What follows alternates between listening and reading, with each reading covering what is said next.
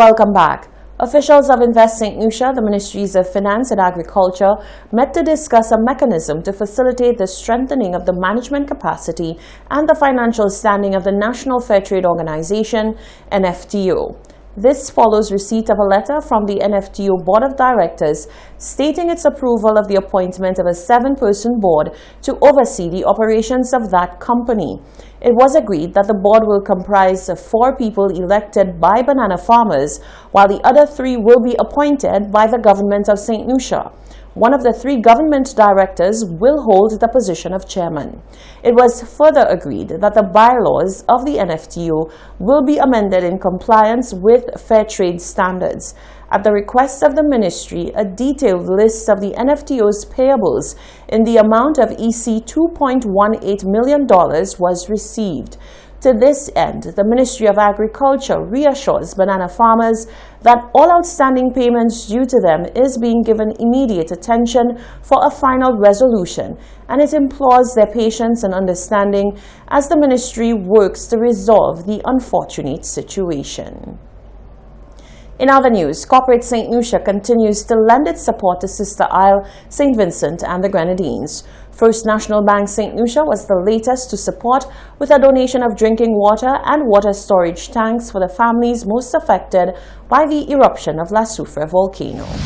A total of 2,000 cases of drinking water plus 5,800 water storage tanks were placed on boats and shipped along with other relief supplies to the residents that were displaced from their homes and also for general distribution where the supplies were most needed.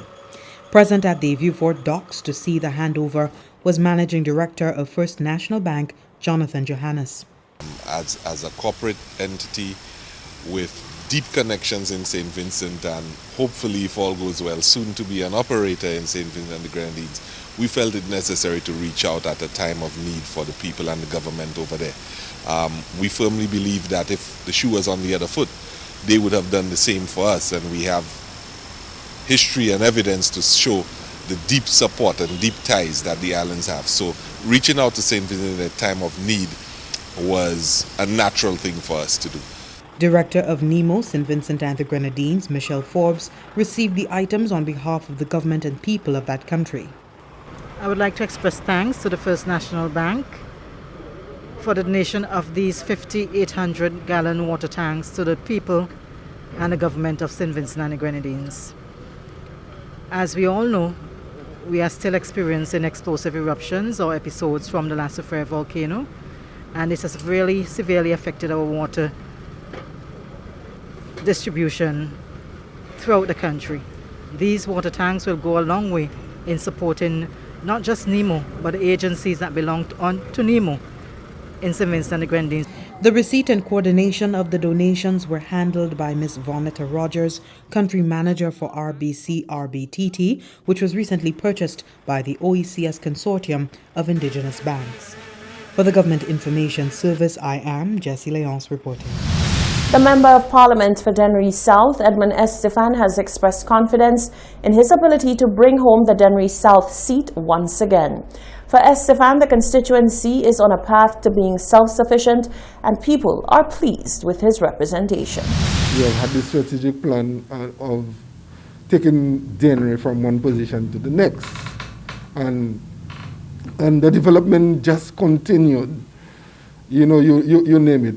People development, sports development, tourism development, infrastructural development, you name it. Dennery is well positioned now, and it's just a matter of time for Dennery, to become, should I say, self-sufficient. I mean, we'll not be able to survive just as a community. We depend on the rest of the country, but we will have everything we need in Dennery, and we will just have to try and see how we can improve unemployment in the country and to make our people understand that to move from point A to point B, you need to be employed and you need to be gainfully employed so that you'll be able to sustain your livelihood and develop yourself as an individual. Former public servant Alfred Prosper is the SLP candidate who will go up against Estefan in the upcoming general election. The current MP says the opposition St. Lucia Labour Party does not stand a chance in gaining that seat. If anyone understands what has happened in Dennery over the years, basic things that the Labour Party had to do for constituents, for the growth of the constituency. I mean, in a lot of instances, they lied about it. So look at this time around, all they are saying is making empty promises, making promises that are in the pipeline in a lot of instances, making promises that, I mean, they're just telling the people, look, you can depend on us, you can depend on us, and they have no track record to back that up. That was MP for Dennery South, Edmund Estefan. This is the Hot 7 TV Nightly News. There's more news after the break.